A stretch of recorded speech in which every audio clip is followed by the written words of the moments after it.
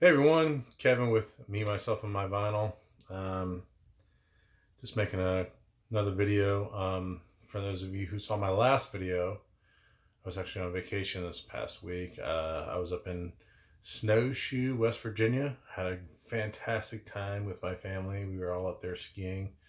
Um, I am married. I do have two relatively small kids. They're 7 and 5, and my son was out there kicking my butt on the slopes. When you're 7 years old, I guess you have no fear, right? So I'd never been skiing before. I've been snowboarding once for like a week, but never skiing. And the second day we were out there, it was totally icy, so it was a little treacherous, to say the least. Anyway, made it into the video. Here I am. That's why I haven't posted a video in probably almost 2 weeks, but I'm just going to show some vinyl finds that I've had, actually today. One is from I ordered, but I got about a week ago and I listened to it. I gave it a listen.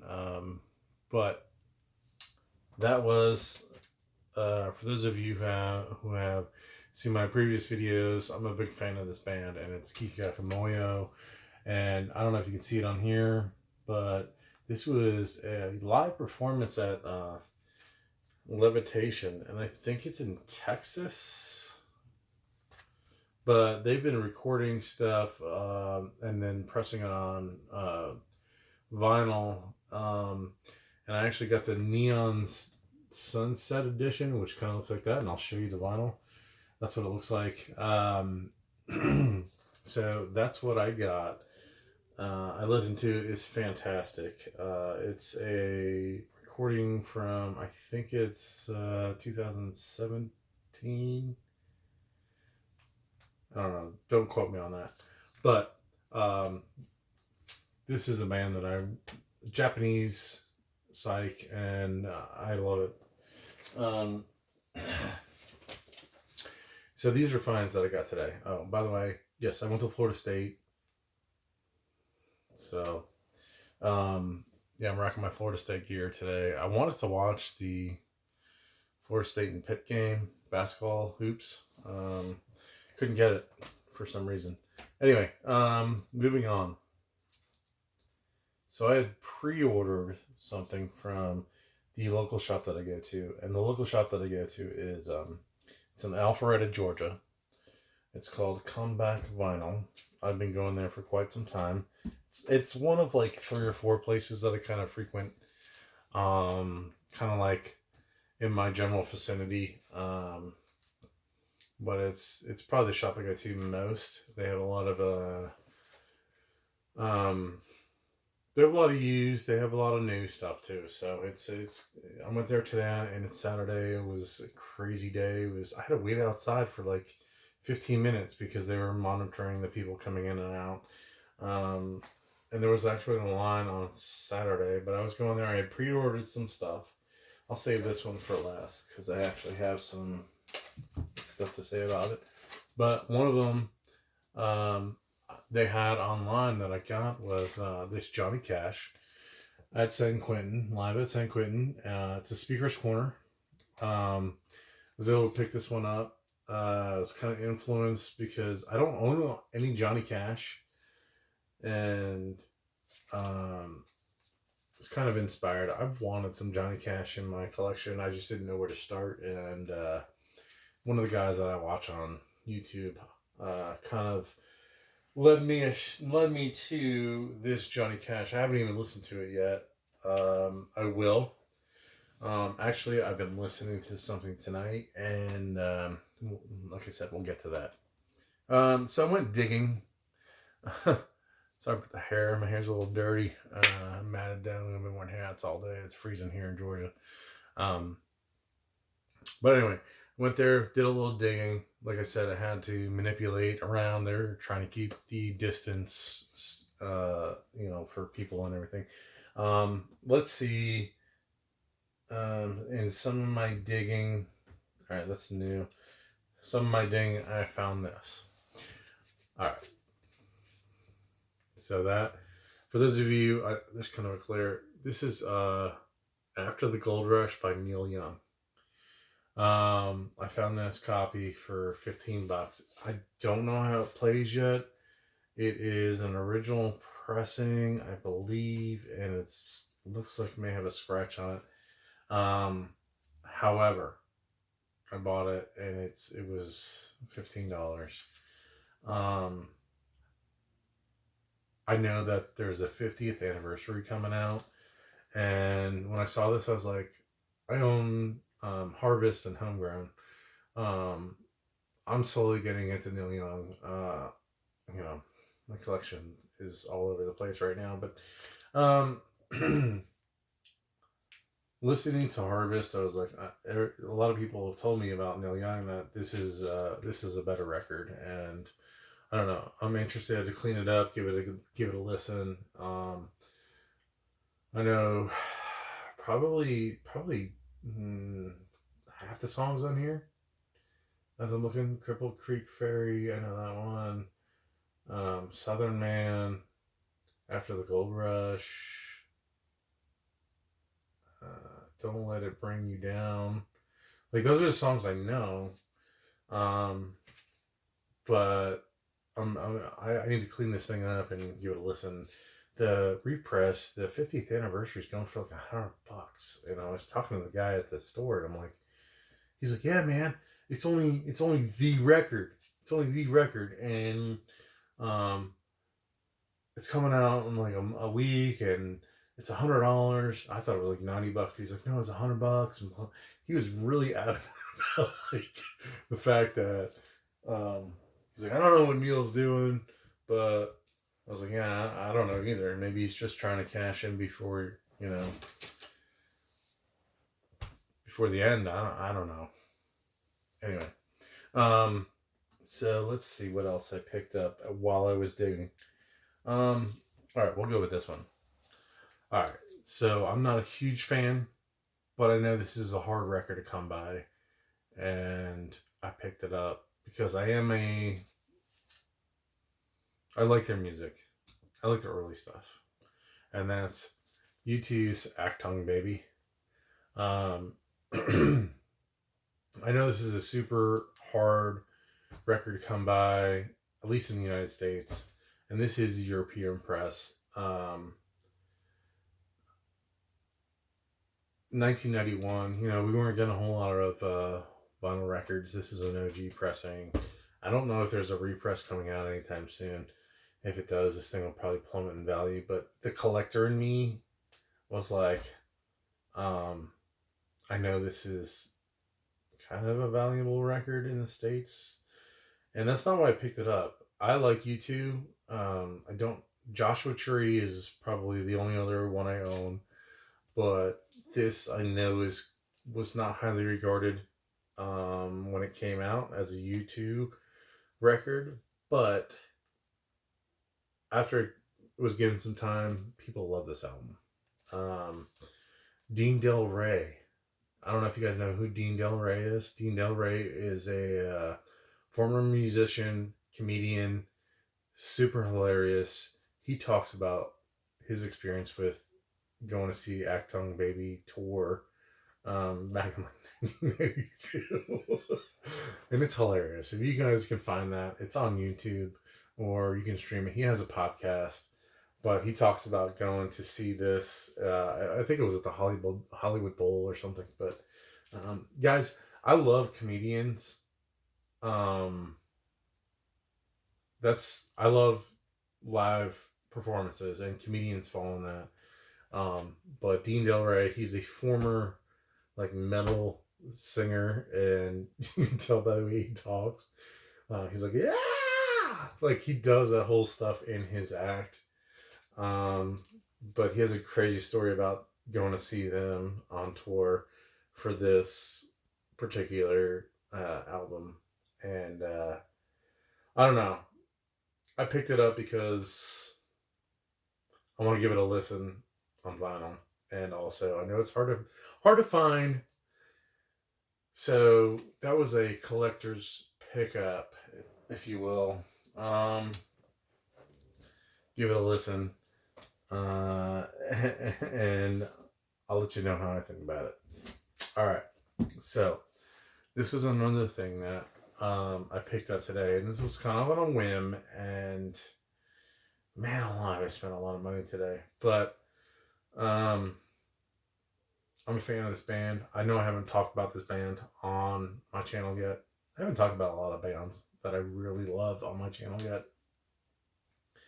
I mean, shit, this is only like my 6th or 7th video, maybe. But I'm a big Jane's Addiction fan. Okay?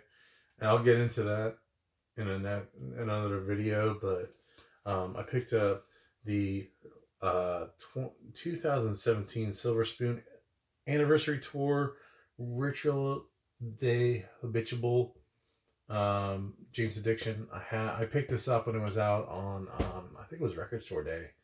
I have a copy of that, or maybe it came out on October. I don't know, but I picked this up. This is the live version of the cover to cover. They play the album Ritual de la Habitual, and you can see the back here. All right. And it's on this. I'm not a sucker for colored wax. Like I don't really like. I picked this up, and I didn't even realize it was on this. But it's got the inner sleeves are like pictured inner sleeves. Yes, they are cardboard, so they're not polyline, but it kind of shows picture of the fans, and there's a couple pictures of the band there rocking out. I don't know exactly where this was recorded from. As I look at it, if you can see, there is a picture of a woman in like fishnets hovering on a harness above the fans. That is fantastic. It looks like they had, I know they had strippers and stuff too. I have the New York one too, the live. I'm a big fan of Jane's Addiction.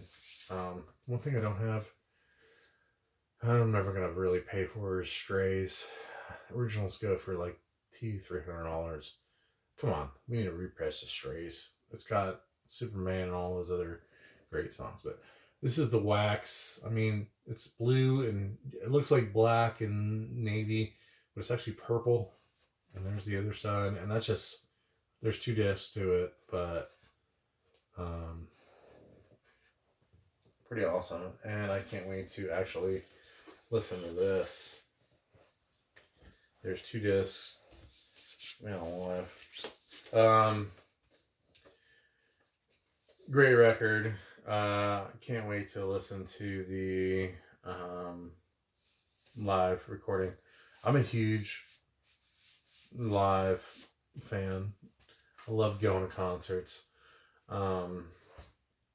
Personally, that's a band sucks live. I'm not going to listen to them, to be honest with you. All right. So, some of you have rubbed off on me. You know who you are. And the reason why I picked this up is because of all of you. And because about 6 months ago, I watched the movie The Dirt. And you probably know what I'm talking about. I saw this and then just arrived. It's an original pressing of Motley Crue's Too Fast for Love. And it's probably in VG shape. I mean, it's got a few, I can see some surface marks on it. But it's an original 82 pressing. And I watched The Dirt, and for those of you who have not seen The Dirt, it's on Netflix. Is an adaptation of the book The Dirt, and typically I like to read the book before I kind of dive into a movie. But after seeing that, I didn't really know what Motley Crue had kind of gone through as a band, but this is their first album, and I mean, that sums up the band, right? Leather pants and fucking crotch. Ooh, I just dropped an F-bomb. Sorry, y'all. If I could edit this video, I would, and I would bleep it out and say, freaking. Man, I look like garbage right now. But anyway, those are some of the pickups. I have one last pickup, and I was listening to this, and I hadn't listened to this record in like 15 years. And to be honest with you, it's one of those records that like it kind of gives me goosebumps when I listen to it. And I don't know if you can kind of tell, but I picked this up. It's a 25th anniversary. It's Temple of the Dog. I'm a big grunge guy, like in that era. That was kind of my wheelhouse, and I don't know. This came about because,